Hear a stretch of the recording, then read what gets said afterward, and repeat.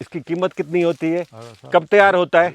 ये अञा तैयार कोन्हे? न तैयार न आहे अञा त हे साइज़ ई सम्झो त अञा अधु बोड़ ठाहिजे। हाँ बोड़ बि ठहे थो। बोड़ बि ठहे थो। बोड़ बि ईअं महसूसु थींदो त बग़ैर हॾी जे गोश्त 22 किलो ताईं बि हिन जो हिकु हिकु दाणो थिए थो। 20 मण जे क़रीब धक 20 मण सही आहे। अच्छा ही दोस्तो हीअं नज़र अचे थो। भाई ॿुधाइजो हिन जो वज़न केतिरो थिए थो वधि में वधि? 1.5 खां 2 किलो ताईं वञे थो। हिकिड़ी ही वैरायटी, ॿी वॾो सोनारो वैरायटी। अच्छा। इहे जेके हिननि जो वज़न 2 किलो ताईं वेंदो आहे। हक़लाल जी रोज़ी कमाईंदा ही माण्हू वाटर जे किनारे ते हाँ कोयल जो आवाज़, कोयल बोले पियो माने खाइन पिया। बिस्मिल्लाहिर्रहमानिर्रहीम। अस्सलाम वालेकुम दोस्तों, एक बिल्कुल यूनिक फ्रूट आपको आज दिखाते हैं। जैक फ्रूट उसे कहा जाता है। तकरीबन 22 किलो तक एक एक दाना होता है। दुनिया के दूसरे ममालिक जैसे श्रीलंका, बांग्लादेश में तो ये यूनिक नहीं है, लेकिन पाकिस्तान में यूनिक है। हम हैदराबाद शहर के करीब खिसाना मोरी का इलाका है, MH पंवर फार्म पे मौजूद है। टंडो जाम से तकरीबन ये 3-4 किलोमीटर आगे पड़ता है, वहाँ पर हैं। यहाँ पर इसकी बड़ी तादाद में दरख्त हैं।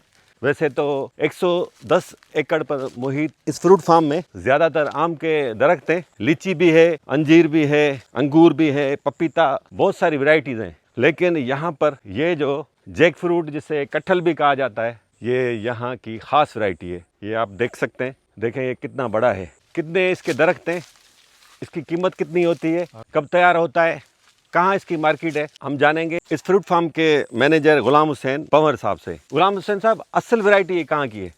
असल ये तो है बाहर ममालिक की, जैसे बंगाल, थाईलैंड या इस मुल्कों से बाहर से आई हुई है। ये हमारे पास इस जैक फ्रूट में तकरीबन 3-4 वैरायटीज़ है। 4 वैरायटीज़ इसमें भी? 3-4 वैरायटी, जिसमें गोला वैरायटी, लौकी वैरायटी, पपीता वैरायटी, मुख्तलिफ वैरायटी के हैं जो आप देख रहे हैं, आपके सामने मौजूद हैं। दोस्तों ये हैदराबाद का पो टंडो जाम, पो खिसाना मोरी, खिसाना मोरी का पो ताजपुर तरफ़ वञे तो जेको रस्तो रोड़ी कैनाल सां गॾोगॾु 1-1.5 किलोमीटर खां पोइ अचे तो MH पंवर फार्म। हीउ वॾो फ्रूट फार्म आहे, 110 एकड़नि ते पखिड़ियल आहे, जंहिंमें सभ खां वधीक अंब लॻल आहे। पर हिते ही जैक फ्रूट, ही यूनिक हिकिड़ो फ्रूट आहे। 22 किलो ताईं बि हिन जो हिकु हिकु दाणो थिए थो। वधि खां वधि केतिरो वज़न थिएसि थो? सही तक़रीबन 20 किलो, 22 किलो माना हिन जो वज़न, माना 10-12 खां पोइ जीअं मथे टिपे थो, पोइ 15 किलो, 18 किलो, 20 किलो, 22 किलो, और हता के 25-26 किलो ताईं बि थी वई। तयार माना कहिड़ी सीज़न में थींदो आहे, कहिड़े महीने में तयार थींदो आहे? जुलाई में। जुलाई में। हीअ अञा तयार कोन्हे? न तयार न आहे अञा त हे साइज़ ई सम्झो त अञा अधु बि। अच्छा, ही भला जेको लॻल आहे हिन वण में, हा, इन जो केतिरो वज़न थींदो? हिन वक़्तु जेको फ्रूट, हा ही मिसाल ही वॾो दाणो आहे, हा, ही 10-12 किलो थी वेंदो? 10 किलो 12 किलो जो। हल वॾो वज़न ई आहे अञा यार। ही डबल में ईंदो। अच्छा। हा हा। अच्छा, ही आम मार्केट में त कोन थो नज़र अचे असांखे? आम मार्केट में घटि हूंदो आहे। अच्छा। हा, पर ही घणो करे कराची हिनखे पसंदीदा फ्रूट ख़ासि करे बंगालियुनि जो आहे। अच्छा, बंगालियुनि जो। बंगाली अच्छा दोस्तों, तमामु हिन में घणो हिन फ्रूट लाइ चवनि था त हिन में न्यूट्रिशन तमामु घणी आहे, ऐं हिन खे भाॼी तौरु बि इस्तेमालु कजे थो ऐं फ्रूट तौरु बि इस्तेमालु कजे थो। थोरो हिन जो ज़ाइको नए माण्हू लाइ थोरो अजीब लॻंदो, कीअं हूंदो आहे ज़ाइको? न ज़ाइको भलो आहे। जेकॾहिं पकल खाइजे त माना फ्रूट तॾहिं मिठास हूंदी अथसि। अच्छा। हा, जीअं पपीते टाइप ईअं मिठास हूंदी अथसि। ऐं जेकॾहिं हिन जो कचे जो सालन कजे, बोड़ ठाहिजे। हा, बोड़ बि ठहे थो? बोड़ बि ठहे थो। बोड़ बि ईअं महसूसु थींदो त बग़ैर हॾी जे गोश्त। अच्छा, बग़ैर हॾी गोश्त वांगुरु? हा, गोश्त वांगुरु। वाह वाह, ज़बरदस्त। अच्छा, मार्केट में हिन जी क़ीमत केतिरी हूंदी आहे? तक़रीबन 250-300 पर केजी वञे थो। 300 रुपया पर केजी? हा। तव्हां वटि केतिरो लॻल आहे हिन? असां वटि 4 एकड़ ते ही पीस जेको आहे जैक फ्रूट जो लॻल आहे। 4 एकड़? हिते वण त हिन जा तमामु घटि था नज़र अचनि। हा, ॿिया नंढा वण आहिनि। छिडा घणा आहिनि न? हा, हो जेके वॾा वण जेके पहिरियां साईं वारनि आंदा हुआ, उन खां पोइ जॾहिं हिन जी मार्केट ॾिठी त हिन जी तमामु मार्केट सुठी आहे, पोइ उन हिसाब सां पोइ हीअ जेके बि तव्हांखे हिन 4 एकड़ में नंढा वण बि जेके नज़र ईंदा, साम्हूं टोटल 4 एकड़ पोइ पीस जेको आहे जैक फ्रूट जो लॻायो वियो आहे। हे जेके बि नंढा वण नज़र अच्छा ये एम एच पवर साहब लगाया हुआ वण ही हा साईं वारनि पहिरीं केतिरो वण पुराणो थींदो ही शायदि मूंखे त इहो अंदाज़ो कोन्हे मूंखे साईं वारनि 10-15 साल थिया आहिनि पर ही मूंखां अॻु जो लॻल आहे। तव्हां अॻु जो आहे। अच्छा इन जी माना साल में हिकु दफ़ो मेवो ॾिए थो न? हिकु सही। हाणे ही जुलाई में वञी तयारु थींदो। जुलाई जो तयारु थींदो। ऐं हिकिड़े वण मां तक़रीबन घणा मण थी वेंदो निकिरी वेंदो मेवो? आउं सम्झां थो त शायदि 20 मण जे क़रीब धक 20 मण पाण मथे 300-350 रुपया किलो। छो हाणे हिन वण खे जेकॾहिं पाण ॾिसंदासूं त हिन वण में 90 खां 95 दाणो लॻल आहे। जेकॾहिं उनखे तव्हां 12 किलो 15 किलो माना जोड़ प्लस कंदो त किथे थो किथे वज़न पहुचे। माना इन जी जेका उपत फी वण थींदी उहा ई लखनि में थींदी। तव्हां वटि घणा वण लॻल हूंदा 4 एकड़नि में अंदाज़न? वण त हूअं असां वटि त 200-250 वण हींअर लॻल आहिनि पर फ्रूटिंग में तक़रीबन 15-20 वण आहिनि। उहो छाजे करे सफ़ा घटि आहिनि?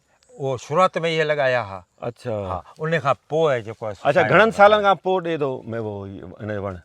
तक़रीबन 6 साल खाई वेंदो आहे। 6 साल 6-7 साल। सही आहे। अच्छा संभाल ॾुखी आहे सवली आहे इन जी? सवली आहे। अच्छा अहिड़ी ख़ासि ॾुखी कान्हे। दोस्तों गुलाम हुसैन भाई बता रहे हैं जो इस फार्म के हैं मैनेजर कि ज़्यादा से ज़्यादा इसका जो वज़न होता है 25 किलो का भी दाना ये यहाँ से निकालते हैं। इसकी मार्केट ज़्यादातर कराची है, जो बांग्लादेश के हैं लोग, श्रीलंका के लोग, वो बड़े शौक़ से खाते हैं और ये फ़ी किलो तकरीबन 300-350 रुपये ये बिकता है मार्केट में। और एक दरख्त से तकरीबन 20 मन तक भी ये फ्रूट देता है एक दरख्त। यहाँ से देखें ये फ्रूट फार्म 4 एकड़ पे ये कटहल या जैक फ्रूट का बाग है जिसमें ये बता रहे हैं तकरीबन 200 दरख्त लगे हुए हैं, लेकिन जो फ्रूट देते हैं वो 15-20 दरख्त हैं। बराबर में लीची का ये 15 एकड़ का बाग है, ये 15 एकड़ पर है। माशाल्लाह इसकी भी प्रोडक्शन आप देखें कितने घने यहाँ पर हमें फल नज़र आ रहे हैं। तो बड़ा खूबसूरत ये बाग है, 110 एकड़ पर ये मुहित है। अंदर से ये किस तरह दिखता है क्योंकि अभी कच्चा है, हमने एक तुड़वाया है, आगे चल के आपको काट के अंदर से दिखाते हैं कि अंदर से ये किस तरह दिखता है। ये तव्हां ॾिसो सिंधड़ी अंब माशाल्लाह यार बस तैयार थियण वारो आहे। ही साम्हूं कटहल या जैक फ्रूट जा वण नज़र अचनि। दोस्तों ये अंब ॾिसो, ही चवनि था त 2-2 किलो जो दाणो थिए थो। E2R2 दोस्तों हिन जो वज़न केतिरो थिए थो भाउ इहो ॿुधाइजो, हिन जो वज़न केतिरो थिए थो वधि में वधि? 1.5 खां 2 किलो ताईं वञे थो। हिकिड़ी ही वैरायटी ॿी वॾो सोनारो वैरायटी। अच्छा इहे जेके हिननि जो वज़न 2 किलो ताईं वेंदो आहे। ही E2R2 जेका ही वैरायटी आहे ही वाहिद हिन ई फार्म में आहे सॼी सिंध में? सॼी सिंध में। ही साईं किथां खणी आयो अथई? ही ॿाहिरि जी आहे। अच्छा ही एम एच पवर साहब खणी आयो? ॿाहिरि जी आहे। पोइ साईं जा वरी तजर्बेगार मां गुज़िरियल आहे। पोइ जीअं नाले जे हिसाब सां E2R2 एक्सपेरिमेंट ॿियो, रिसर्च ॿी। अच्छा उन खां पोइ साईं जी रिसर्च खां पोइ ही अंब ही शिकिल इख्तियार कई। अच्छा ज़बरदस्त। अच्छा ही हैदराबाद जी या कराची मार्केट में नज़र घटि ईंदो आहे? घटि ईंदो आहे।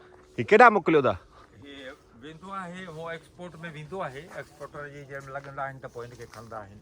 अच्छा एक्सपोर्ट में हा एक्सपोर्ट थिए थो। हा हा। हिते तव्हां वटि केतिरो लॻल आहे? ही तक़रीबन ही बि 2 एकड़ में आहे। अच्छा ऐं ही कहिड़ो आहे? साॻियो शुगर फ्री? हा हिन में ॾिसंदव त ॿ आहिनि। कीट चयो था न? कीट ॿियो E2R2 हिन वण में ॿई। अच्छा हिकु वण में 2 वैरायटियूं? 2 वैरायटियूं आहिनि। अच्छा हलंदो त हिकिड़े वण में 3 वैरायटियूं बि तव्हां। अच्छा दोस्तों ये बता रहे हैं कि एक ही दरख्त में 2-2 3-3 वैरायटीज भी हैं। जैसे यहाँ पर ये कीट है, कीट वैरायटी लगी हुई है जिसे शुगर फ्री कहा जाता है, और E2R2 भी है। ज़बरदस्त। ये बता रहे 1.5 से 2 किलो इसका वज़न होता है।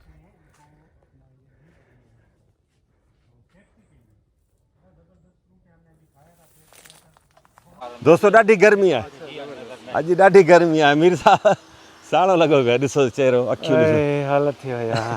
ख़ैर आहे को मसइलो कोन्हे कमु आहे ज़ाहिर करिणो आहे न गर्मी सर्दी त बर्दाश्त कबियो न बिल्कुलु बिल्कुलु हीउ छा खयों तव्हां हथ में ही E2R2 E2R2 experiment two research two experiment two research two अच्छा हीउ छा आहे वाहिद अंब आहे जेको सिर्फ़ु हिते MH पावर फॉर्म में तव्हांखे मिलंदो अच्छा पाकिस्तान में बि तव्हांखे किथे न मिलंदो हा अञा ही कचो आहे ऐं ही तक़रीबन एॾो वॾो थींदो आहे पाण चऊं ईअं गिदिरे जेतिरो चऊं हिन गिदिरे खां शायदि वॾो थींदो हूंदो सही आहे हींअर ॾिसो वॼाइण सां हिनखे हा हा आवाज़ अचे पियो अञा ही कचो आहे अच्छा हा पचण में हिनखे टाइम हिन कोयलो अञा न ॿधो आहे अंदरां एतिरो घणो दोस्तो हिन वक़्तु बि आउं सम्झां थो टेपा खां आहे। टेपा खां मथे आहे टेपा खां मथे आहे पर हिते धणियुनि जो चवणु आहे किलो ताईं बि हिन जो वज़न वेंदो आहे 2 किलो 1.5 किलो बिल्कुलु ऐं ॾाढी ज़बरदस्त शइ आहे MH पवर साहब हिन ते तमामु घणी तहक़ीक़ कई उनखां पोइ कुझु तादाद में हिन वैरायटी जा हिते वण आहिनि MH पवर फ्रूट फार्म ते लीची हिते घणी आहे सिंधड़ी अंब ते तमामु घणो आहे चोसो आहे ॿिया फ्रूट्स आहिनि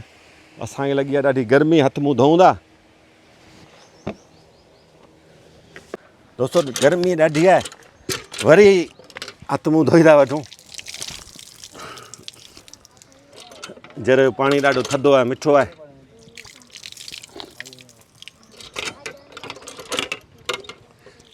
ॻोठाणो माहौल आहे सुकून आहे मज़ो आहे पर यार गर्मी मूंखे मीर साहब करे छॾियो आहे साणो अञा असांखे अञा टंडोला यार साइड वञिणो आहे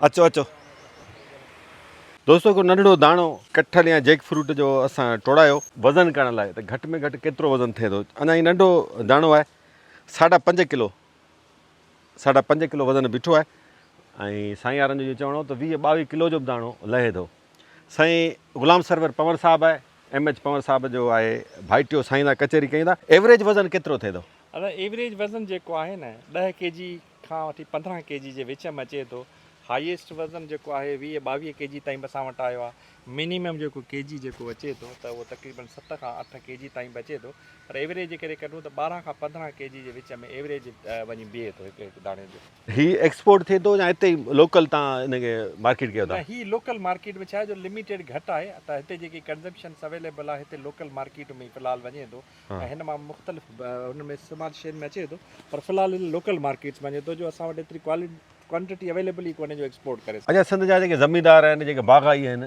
उहे जैक फ्रूट लॻाइणु चाहिनि उन्हनि खे कहिड़ो मशवरो ॾींदो तव्हां असां जैक फ्रूट ॾिसो न हीअ लॻाए सघनि था थोरी थोरी क्वांटिटी में हिन वक़्तु जेको ॾिसण में आयो आहे त बाग़ात में जेकी थोरी घणी इनकम आहे न उहा बाग़ात में आहे त जीअं ॿिया ख़ासि तौर ते असां वटि बाग़ा आहिनि हिन जा केलो आहे अंब आहिनि या ॿिया जीअं लीची जीअं ॿिया मुख़्तलिफ़ आहिनि त हिन जो बि हिकिड़ो बाग़ लॻाईनि हिन मां हिन जी ॿिनि जेकी हिन वक़्तु अचे पई अर्निंग सुठी बि अचे इनकम सुठी बि अचे ऐं असांजो ज़मीनदार हिन मां नुक़सानु कंदो पर हीअ आहे त महिनत वारो आहे कमु ऐं तक़रीबन 8 खां 10 साल मेच्योरिटी में वठे थो 8 खां 10 साल हा जी बिल्कुलु जी जी 8 खां 10 साल सब्र कयो हा उन खां पोइ तव्हांखे हिन जो मेवो मिलंदो जी जी हा ऐं फी वण एवरेज घणी पथी वञे थी साईं फी वण जे कॾहिं असां हिन में वठूं न कंहिंमें अहिड़ा बि आहिनि जंहिंमें 50 जी क्वांटिटी में दाणा बचनि था कंहिंमें 20 आहिनि कंहिंमें 50 खां मथे आहिनि कंहिंमें आहिनि जीअं लास्ट हिकिड़ो असांजो दाणो जंहिंमें हुन में 60 खां मथे दाणा हुआ त हुनमें एवरेज जेकॾहिं इनकम जे हिसाब सां असां जनरेट कयूं त तक़रीबन 50 खां 1000 प्लस हिकिड़ो वण असांजी इनकम जनरेट करे थो हिन वक़्तु जेको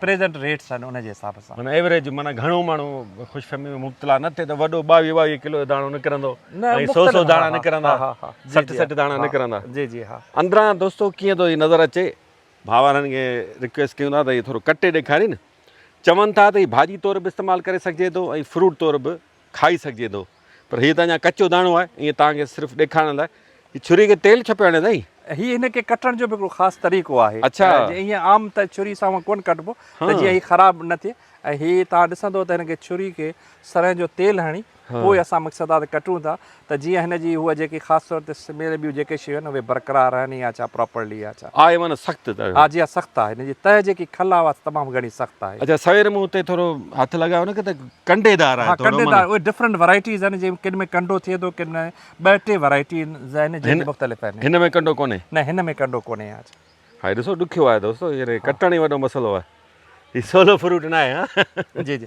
अच्छा ही बेसिकली जेको आहे बांग्लादेश जो नेशनल फ्रूट आहे अच्छा। ऐं इन सां गॾोगॾु हिन में हिकिड़ी ख़ासियत आहे त हिन में जेकी साइंटिफिकली या रिसर्च मुताबिक़ हिन में न्यूट्रिशंस ॾाढी आहे अच्छा। ऐं हिन जा जेके ख़ासि तौर ते फ़ाइदा जेके आहिनि सिहत जे हिसाब सां तमामु घणा फ़ाइदा आहिनि हिन में अच्छा माना सिहत लाइ वॾो फ़ाइदेमंद आहे ज़ाइके में कीअं थिए थो ही ज़ाइको हिन जो तव्हां ॾिसंदो त मिठो थिए थो ऐं मिठो आहे। मच्छी वांगुरु हिन खे बिल्कुलु थिए थो अच्छा। हाणे हीअ तव्हां ॾिसंदो त हीअ अञा थोरो कचो आहे तव्हां हिन जा हीअ जेके सीड पिया आहिनि न इहे घणो करे ब्लैक थी वेंदा जंहिं महिल पको जेको थींदो त ब्लैक थी वेंदा अच्छा ब्लैक थी थे वञनि सही है अंदर से देखते हैं दोस्तों कैसा ये दिखता है फिलहाल तो ये वाइट है साईं बता रहे हैं कि इसके जो सीड्स हैं पकने के बाद ब्लैक हो जाएंगे ऐं बाक़ी इन जो जेको ॿियो मटीरियल आहे उहो इहो वाइट रहंदो हा इहो सॼो अंदरि वाइट रहंदो हिन खे वरी इहो अंदरां कटे जेको वरी पोइ हुनजो जेको खल अलॻि कंदा आहियूं पोइ अच्छा। अंदरि जेको बि आहे उहो खाधे पीते में इस्तेमालु थिए थो भाॼी में हिन जो हलवो बि तमामु सुठो थो थिए अच्छा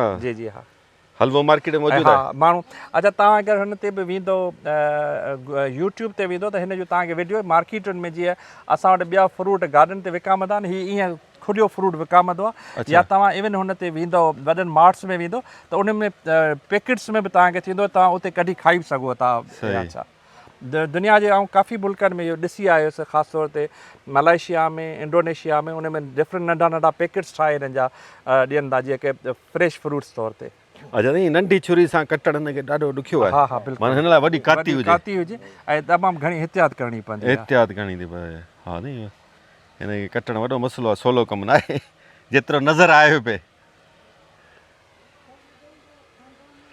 माना मार्केट में 300-350 रुपए किलो हा हिन वक़्तु विकिरो थिए थो। रिटेल में जेको आहे हैदराबाद या मार्केट्स में मिले थो? हैदराबाद जा मार्केट्स में जेके मार्ट आहिनि ॿ टे उन्हनि ते अवेलेबल आहे ॿियो न त कराची में घणो थो ई वञे कराची में वञे थो हा जी जी इरफान बाबा हैदराबाद में जेके कसाई आहिनि उहे वठी अचनि कांत कुआड़ा उहे खणी अचनि हा जाइ कोन्हे हा ही वाकई थोरी इनजी टेक्निक है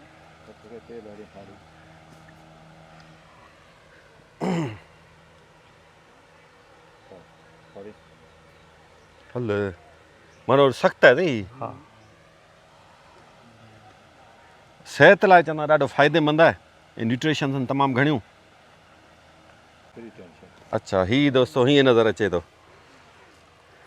अच्छा जेॾी महिल हीउ पची वेंदो आहे त हिन जो अंदरां जेको आहे न हिन जो कलर जेको आहे पीलो येलो थी वेंदो आहे येलो थी वेंदो अच्छा ही फ़िलहालु कचो आहे हिन जो टेस्ट जेको जेकॾहिं सुठो कारीगर ठाहींदो आहे त हिन जो टेस्ट गोश्त वांगुरु मच्छी वांगुरु थी वेंदो आहे अच्छा सही आहे अच्छा हिन जी सिजी बि ठहंदी आहे सजी हिन जी, बि हा, ठहे थी सिजी ठहे थी जंहिंजी टेस्ट जेके आहे फिज हिन वांगुरु ठही वेंदी आहे कुझु कारीगर आहिनि अच्छा। बंगाली जेके हिन जी सिजी ठाहीनि था हाँ। ऐं हुन जो ज़ाइको तक़रीबन फिश वांगुरु थी वेंदो आहे हल मीर साहब टेस्ट करी त न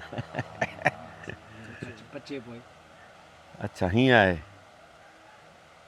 सही लेयर्स आहिनि न हिन में त कढिबो आहे न बिज कढिबो आहे न बूड़ जन ठाहिबो उन टाइम ते कढी ऐं पोइ भाॼी तव्हां सही आहे दोस्तो हिते वॾो माशाल्लाह पुरसुकून माहौल आहे हीअ सिंधड़ी अंब ॾिसो पर साईं वारा चवंदा असां ईअं कोन पटींदा आहियूं हिन जी शाख तयारु थींदी हाणे जॾहिं तयारु थींदा शाख में पोइ इनशाला वरी असां विलाग ठाहींदासीं आगा साहिबु कीअं बिल्कुलु बिल्कुलु ही हिननि जो इहो आहे त ऑर्गेनिक शयूं हीअ हरू भरू कचो कोन था पटनि अच्छा दोस्तो ॾिसो पोरे त वीचारा मानी खाइनि पिया बिस्मिल्लाह बिस्मिल्लाह खाओ खाओ तव्हां वॾी महिरबानी हीअ ॾिसो हीअ जेको लीची फ्रूट हिननि पैक कयो उनजा ही पोरे अथनि भाइरनि असांजा अलाह साईं करे ख़ुशि हुजनि हक़लाल जी रोज़ी कमाईंदा ही माण्हू वाटर सख़्तु जे गर्मी किनारे में। ते हा शाख कोयल जो किनारे। आवाज़ कोयल बोले पियो मानी खाइनि पिया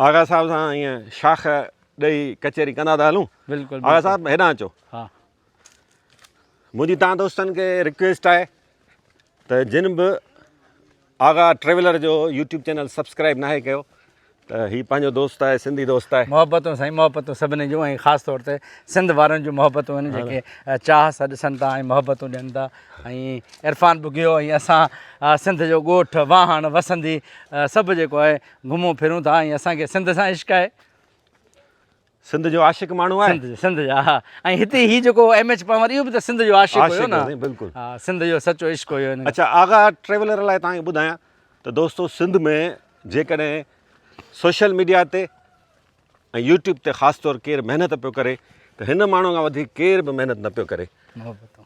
हिकिड़ी मोटरसाइकिल ते 70 मोटरसाइकिल ते किथां खां वञी किथे पहुचे थो यार, शाबस अथसि।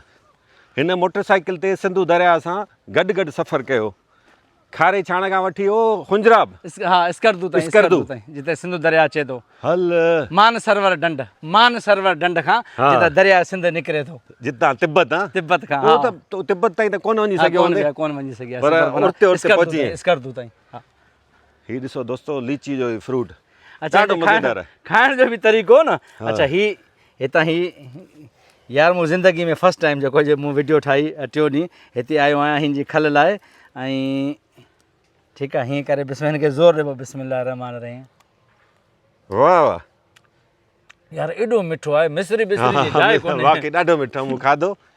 ऐं हिते शुगर फ्री अंब बि लॻल आहिनि, जंहिं लाइ चवनि था त शुगर फ्री आहे। शुगर फ्री त न, बसि हुन में मिठाण घटि, माना मिठो त आहे, पर साईं ॿुधाए पिए त छा पिए ॿुधाई, लो शुगर। लो शुगर आहे। लो शुगर साईं ॿुधाए पियो लो शुगर आहे हीअ अथव। ऐं तव्हां ऑनलाइन बि घुराए सघो था। कीट, साईं कीट, कीट जो नालो आहे। कीट वैरायटी। हिन वैरायटी जो नालो आहे कीट। कीट। वाह वाह, सिंधड़ी बि हिन सां गॾु साईं वॾो घाट ऊचो कयो, लटके पियो। हा, बिल्कुलु बिल्कुलु बिल्कुलु सिंधड़ी जो साईं, ॾिसो न। हा हा, वाह वाह साईं, वाह वाह, माशा अल्लाह। हमारा नंढड़ा ब्लॉगर। वाटर कोर्स, हा हिन नंढड़ा। अब माइक हिननि खे ॾे त कचेरी कयूं हिननि सां। हा, ही थोरो एक्सपर्ट अथव हिन वीचारे जो थोरो। हेॾां अच बाबा, हीउ अथव नंढो मोहम्मद ज़ुहैब। हीउ जॾहिं मूं फस्ट पेमेंट खई त हीउ मूंसां गॾु हुया। अच्छा, हा, ही तव्हांजो नालो छा आहे? मोहम्मद ज़ुहैब। कहिड़े क्लास में पढ़ो था? 4। 4 में। हिते छो आया आहियो? हिते घुमण आया आहियूं। घुमण आया आहियो? शुद्ध दो शुद्ध। हुन जो नालो छा नंढड़े जो? मोहम्मद ज़ुबैर। ज़ुबैर आहे। हा, हिन जी मूं ॾिठी सेरी वारी वीडियो, हा न। हा, सेरी वारी मूं ॾिठी, इफ्तारी वारी ॾिठी। माशाल्लाह, मदरसो पढ़नि था, दीनी तालीम हासिलु कनि पिया। अलाह साईं ख़ुशि रखेनि, असांजा बच्चा आहिनि, असांजा भाइटिया आहिनि। वीसा भाई लॻी आहे गर्मी। हा, साणो करे हेॾो हले अमीर साहिबु, हथु मुंहुं धोआरियां तोखे। हा यार, अचां हिकिड़ो मिंट। थधो पाणी आहे।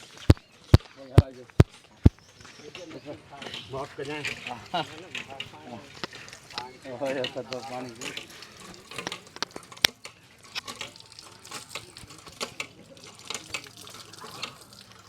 वाह, त पाणी आया था। थधो यख ताईं पाणी। वेंजण जी दिलि चवे थी, वेंजण लाइ अॻो था उहो स्विमिंग पूल आहे पंहिंजो यार आयो नवा पंहिंजो, उते माना इहो स्लाइडियूं व्लाइडियूं लॻियूं पयूं उते। यख पाणी आहे, तव्हांखे सी थींदो। सी थींदो? हा हा, हले वाह।